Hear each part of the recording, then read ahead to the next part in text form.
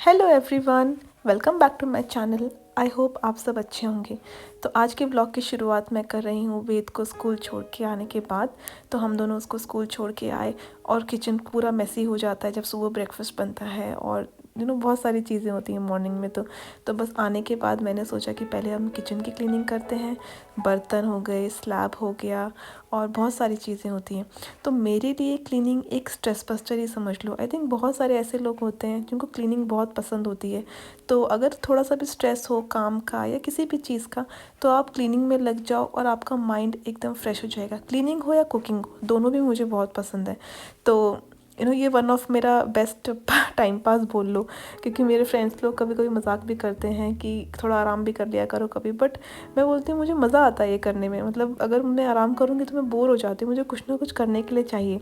तो क्योंकि आज फ्राइडे है और मेरी छुट्टी भी थी, तो मुझे एक्स्ट्रा टाइम मिल जाता है ये सब क्लीन करने के लिए। नहीं तो वर्किंग डेज में क्या होता है कि मतलब उसको स्कूल छोड़ के आओ, कभी कभी किचन फैला भी रह जाता है और कभी कभी मैं क्लीन करके भी जाती हूँ।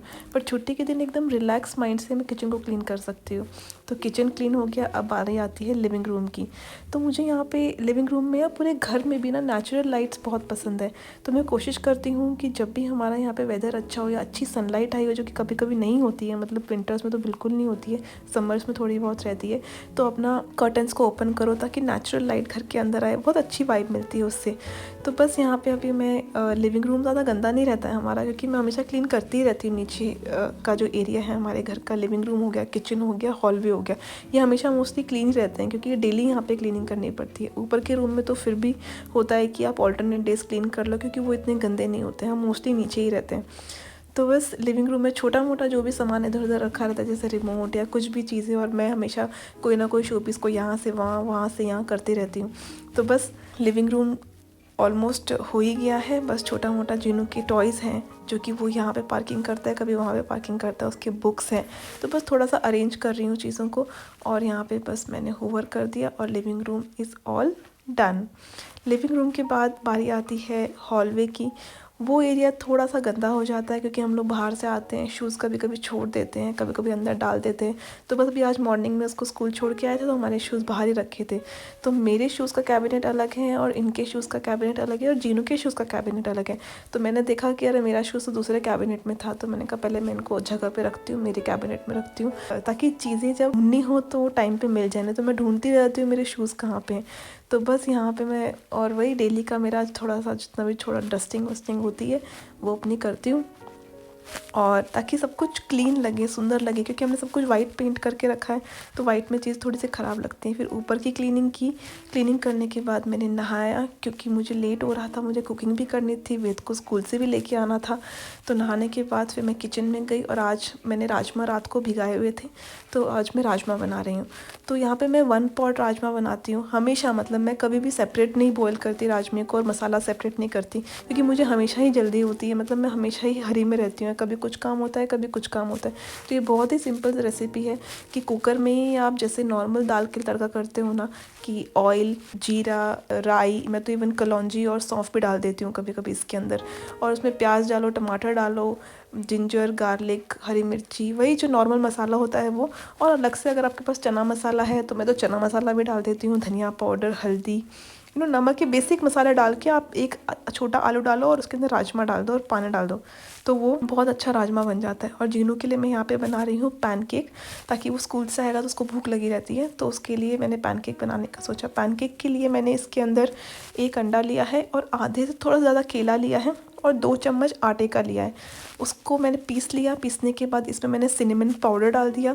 सिनेमन पाउडर डालने के बाद थोड़ा सा बेकिंग सोडा डाल दिया, और उसको बस मैंने मिक्स कर लिया हल्के हाथों से। उसको ये बहुत पसंद है, और ये एक हेल्दी रेसिपी भी है बच्चों के लिए, क्योंकि मैंने बहुत डिस्कवर किया कि क्या मैं उसे खिलाऊँ। वो थोड़ा सा चूज़ी है खाना खाने में, कब खा भी लेता है, नहीं भी खा लेता, तो समझ नहीं आता कि क्या खिलाऊँ। हर दिन नया रेसिपी ट्राई करना पड़ता है। तो ये जब मैंने डिस्कवर किया, इसकी एक और रेसिपी है, इसका अदर वे अराउंड भी है, मैं वो भी कभी शेयर करूँगी, बट इसको मैंने आटे से बनाया था आज।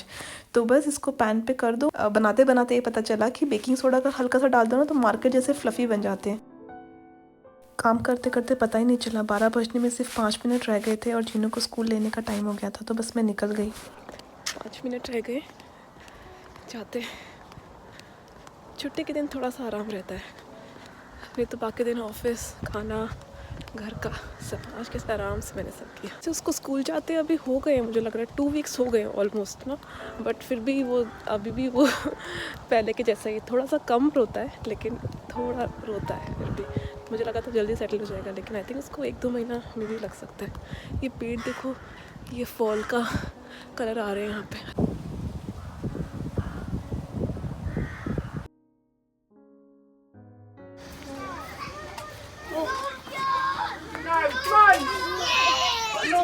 Look, get your bag. Here, look, your bag.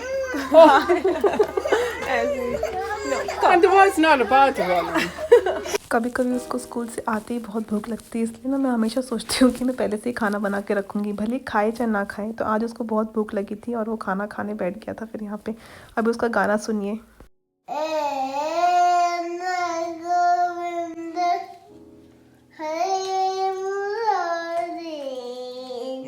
Jinu को लंच कराने के बाद फिर मैंने भी सोचा चलो देखते हैं राजमा कैसा बना है। तो बस देखो, मैं आपके सामने ही अभी कुकर को ओपन किया है।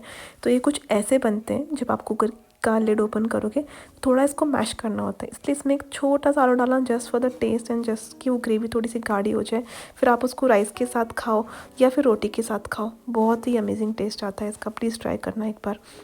और खाना खाने के बाद मुझे अचानक से आवाज़ आई, मैंने कहा ये क्या, कौन ऊपर जा रहा है। देखा तो ये अपना स्कूटर लेके खुद ही ऊपर पहुंच गया और यहाँ पे चला रहा है। मैं इसको कभी अकेला नहीं छोड़ती, मुझे हमेशा पता नहीं अभी भी डर लगता है। ये इतना बड़ा हो गया है, मतलब बड़ा मतलब कि 3 साल का नहीं हुआ है, पर तब भी लगता है कि कहीं ये गिर ना जाए सीढ़ी पे जब ये कुछ ऐसे चीज़ों को लेके चढ़ता है अकेले। तो he is very much comfortable.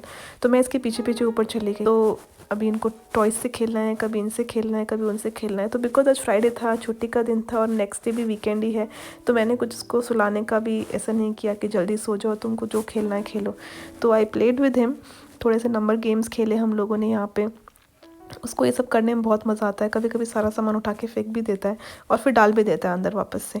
तो बस यहाँ पर मैं उसको नंबरिंग खिला रही हूँ और उसने सारे नंबर्स को लगाया। कुछ कुछ मैं बस क्लिप्स इसमें डाल रही हूँ, सारे नहीं डाल रही हूँ, बहुत लंबा वीडियो हो जाता है नहीं तो बस थोड़ा देर इसने खेला, फिर वही उसके बाद इसको मैंने सुला दिया। थोड़ी देर मैं भी सो गई थी आज, क्योंकि जैसे कि मैंने बताया आज मेरी छुट्टी थी, तो मुझे मौका मिल गया सोने का, नहीं तो कहाँ दोपहर को सोने का टाइम मिलता है।